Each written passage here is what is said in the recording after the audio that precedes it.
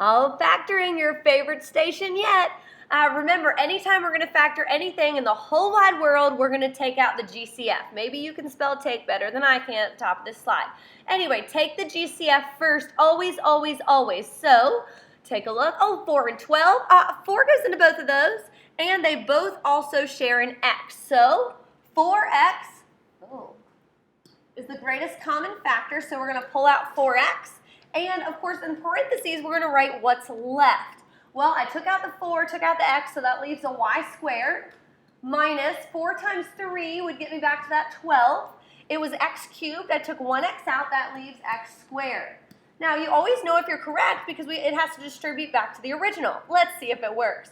4x times y squared gives me 4xy squared. Check. 4 times negative 3 is negative 12. X times x squared is x cubed. Perfect. All right. These are a difference of perfect squares. Now, we still want to consider, is there a GCF? No number goes into 4 and 25 or 9 and 4. So, as soon as you see two things being subtracted, we think, oh, I wonder if this could be a difference of perfect squares. Is 4 a perfect square? It is. Is x squared a perfect squared? Yes, it is. What about 25y squared? Yes, it is. So, we're going to do a difference of perfect squares. Remember, that's 1 plus and 1 minus. And we ask ourselves, what is being squared to give us x squared? X. What's being squared to give us 9? 3. Okay, the one I started mentioning before. Again, difference of perfect squares. What do we square to get 4x squared? 2x. One's a plus and one's a minus. What do we square to get 25y squared? 5y. Last one. Don't be scared. It looks a little different. It's all right. What do we square to get 9x to the 6th power? Well, 3x. Well, if we had 3x cubed, remember, 3x cubed, when I square that, 3 squared is 9, and these numbers right here, a power to a power, we're going to multiply. Success. So 3x cubed, one's a plus and one's a minus. 4y to the 10th. Well, I know that 2 times 2 gives me 4, and based on what we just talked about here, y to the 5th squared would give me y to the 10th. Difference in sum of cubes. Oh, I think we're going to need a trusty formula here. Now, you might start thinking about these when you see two things being subtracted or two things being added, and you guessed it, you see cubes. So, a difference of cubes goes like this. Same sign, different sign, always plus. All right, now as far as A and B goes, to determine what to use for A and B, I ask myself, what do I cube to get 8x cubed? Well, 2 cubed is 8. If you're not sure, you could take the cube root of 8 and figure that out. And x cubed, of course, is x cubed. 27, 3 cubed is 27. I'm going to go through and use those for my A and B. So let's see, A is 2x, minus B is 3. Now, 2x, I have to take A and square it. That means I have to take A and square the whole thing. 2 squared is 4, x squared is x squared. That's a common mistake, so pay attention there. 4x squared plus A times B. When I multiply those together, I get 6x. And B squared, 3 squared, of course, is 9. See, now wasn't that a good time?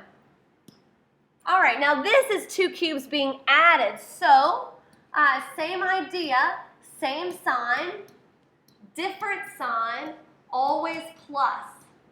To determine A and B, I ask myself, what do I cube to get 8x cubed? 2x.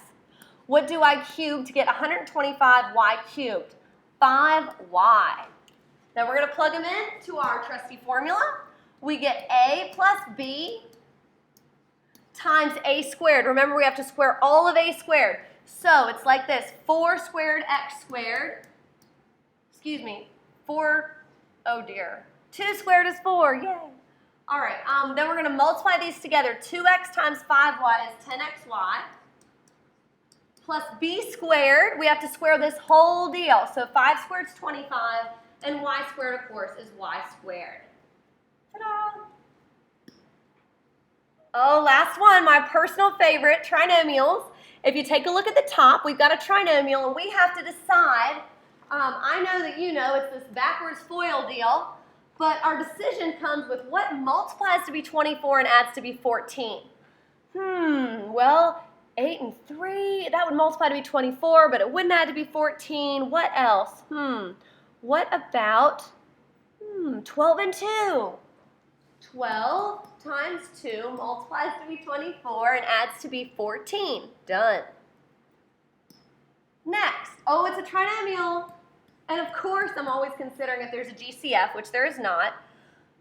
18 and 7 multiplies to be negative 18 and adds to be 7. Well, 9 and 2 comes to mind. I need it to add to be 7, so it'll be a positive 9 minus 2. You can always FOIL these to make sure they're correct. And keep in mind, your question might just say, what's one of the factors, in which case you would answer just the x plus 9 or just the x minus 2, depending on your answer choices. Now, this next one has a leading coefficient of 6. That makes it very special.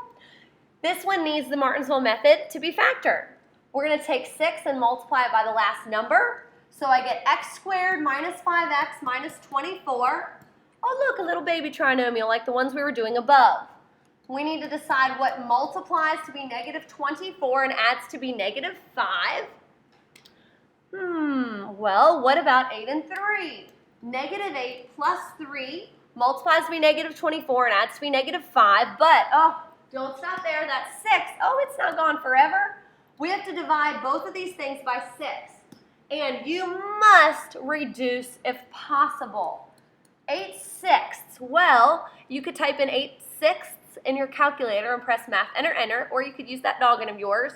2 goes into 8 4 times. 2 goes into 6 3 times.